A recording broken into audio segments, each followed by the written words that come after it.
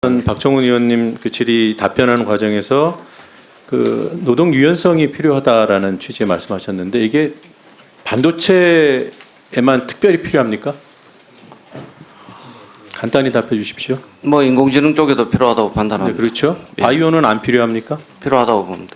뭐 이런 식으로 각 산업 분야별로 예외가 필요하고 유연성이 필요하다.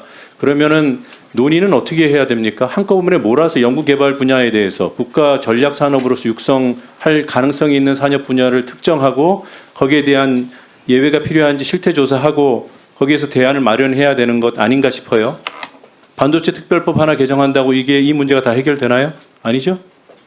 아마 산자위에서도 그런 논의가 있었던 걸로 알고 있습니다. 네, 그래서 민주당의 입장은 연구개발 분야의 유연성 제고 필요성을 확인하고 필요하면 대안을 마련하자. 그걸 종합적으로 검토해서 논의하자. 환노해서 하자. 이겁니다. 반도체 특별법 반대하는 거 아니에요. 여기다가 갑자기 원래 없었던 반도체 부분만 주 52시간 예외가 필요하다고 국민의힘에서 법안을 바꿔놓고 지금 정치 공세하는 겁니다. 언어 도단, 본질 호도, 왜곡. 이제 좀 그만했으면 좋겠습니다. 그리고 윤석열을 향해서 내란 우두머리라고 하고 123 비상 계엄에 대해서 내란이라고 규정하는 것은 법적인 규정이 아닙니다. 그거 모르는 사람 있습니까? 객관적으로 드러나 있는 다툼이 없는 최소한의 사실관계만 가지고 현실적이고 실질적으로 판단하는 거예요. 사안별로. 그래서 윤석열에 대해서는 내란 우두머리라고 불러도 되겠다라는 판단을 정당이 할 수 있는 것이고 언론이 할 수 있는 것이고 국민들께서 하시는 겁니다. 이게 지금 재판부에서 판사가 하는 거 아니지 않습니까? 이거 모르는 겁니까? 자, 그래서 윤석열을 내란 수괴라고 하면 다른 기소된 피기소자들도 죄다 범죄자로 불러야 된다. 이런 피상적인 형식 논리가 어디 있습니까? 윤석열이 문제면 이재명도 문제야. 이런 식의 오류를 일반화의 오류 그리고 다른 반론을 차단한다는 의미에서 원천 봉쇄의 오류입니다. 이런 거 안 배우셨습니까? 공직자라면 당연히 배척해야 될 그런 논리의 함정이고 오류들인데 장관급 공직자라는 자가 국회의원이 묻는다고 얼씨구나 좋다고 기다렸다는 듯이 호응하는 이런 인식 참 안타깝다는 말 이외에 할 말이 없습니다. 본격적으로 질의하겠습니다. 강도현 차관님께 여쭤보죠. 알뜰폰 정책의 목표가 저렴하고 신뢰성 있는 통신 서비스를 제공해 가계 통신비 부담을 완화시킨다. 맞습니까? 네, 거기다 시장 경쟁 활성화도 포함됩니다. 네, 저렴한 요금제가 기본이고 신뢰받는 영업을 해야 되는 것이죠? 네, 그렇습니다. 네. 퍼스트 모바일이라는 알뜰폰 업체가 있습니다. 혹시 아시는지요? 예, 알고 있습니다. 요금 비교를 해 보겠습니다. 과연 저렴한지 PPT 보시겠습니다. 우측에 보이는 KT망 이용 알뜰폰 사업자 요금 평균가. 이게 퍼스트 모바일이 KT망을 활용하고 있어요.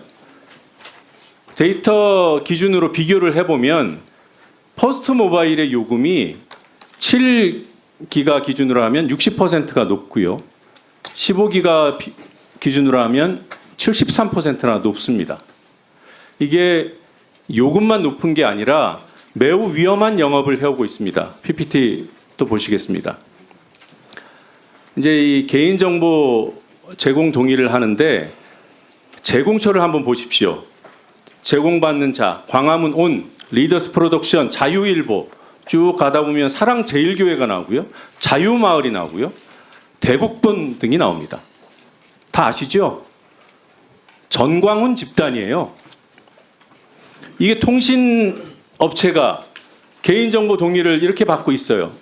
과기부에서 알았습니까?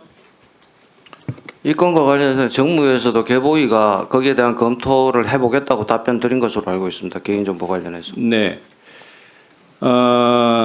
이게 지금은 바뀌어 있어요. 최근에 보도가 나오면서. 그것도 아시죠? 예, 그것까지는 확인 안 해봤습니다. 그다음에 이게 이제 정광훈 집단과의 특수관계인 것으로 의심이 돼서 주주명부를 확인해 봤습니다. 다음 PPT 보시겠습니다. 전한나라는 개인이 36,000주, 이게 60%입니다. 그리고 주식회사 리더스 프로덕션 20%, 광화문 온 20%. 전한나 씨는 정광훈 씨의 딸입니다. 리더스 프로덕션 정광훈 교회 대표 목사가 대표로 있습니다. 이영한 목사. 유튜브를 운영하는 사업체예요. 광화문 온 정광훈 교회 목사 또 다른 목사 김대한 씨입니다. 온라인 쇼핑몰을 운영하고 있습니다. 이거는 정광훈 계열사예요. 이뿐만이 아니에요. 수상한 영업도 보입니다. 퍼스트 기부 10이라는 요금제를 운영하고 있습니다. 아시는지요? 예, 기부가 포함되어 있는 요금제가 있는 것으로 알고 있습니다. 네, 3기가에 38,000원. 아까 보여드린 퍼스트 모바일 기준으로 해도 한 3배 이상 높은 가격이고요. 평균가 대비하면은 4배, 5배 높은 가격입니다. 자, 기부를 하겠다는 약속을 하고 상품 가입시키는 거 가능한 영업일까요? 가능은 하죠? 요금제가 있다면 네. 단 그 기부하겠다는 약속은 지켜야 하는 것이죠. 그건 가입자와 그 사업자끼리 관계가 아닌가 싶습니다. 네, 그 약속을 지키지 않으면 사기죄에 해당될 겁니다. 그래서 행안부와 서울시에 확인을 해봤어요. 이게 어떤 기관이냐 하면 기부금을 받으면 기부를 해야 되잖아요. 기부를 하겠다고 약속하고 고객을 유치했으니까 10억 초과되면 행안부에 신고를 해야 하고 10억 이하는 서울시에 신고를 해야 됩니다. 신고 사례가 없어요. 이런 부분에 대해서 과기부는 관리 책임이 없나요? 어떻습니까? 그래서 현재 전기통신사업법상 보면은 개인을 본인을 확인하는 절차가 있느냐 없느냐에 따라서 저희가 처분을 내릴 수 있고 등록 요건을 위반했느냐 안 했느냐 여부에 해당될 수 있을 것 같습니다.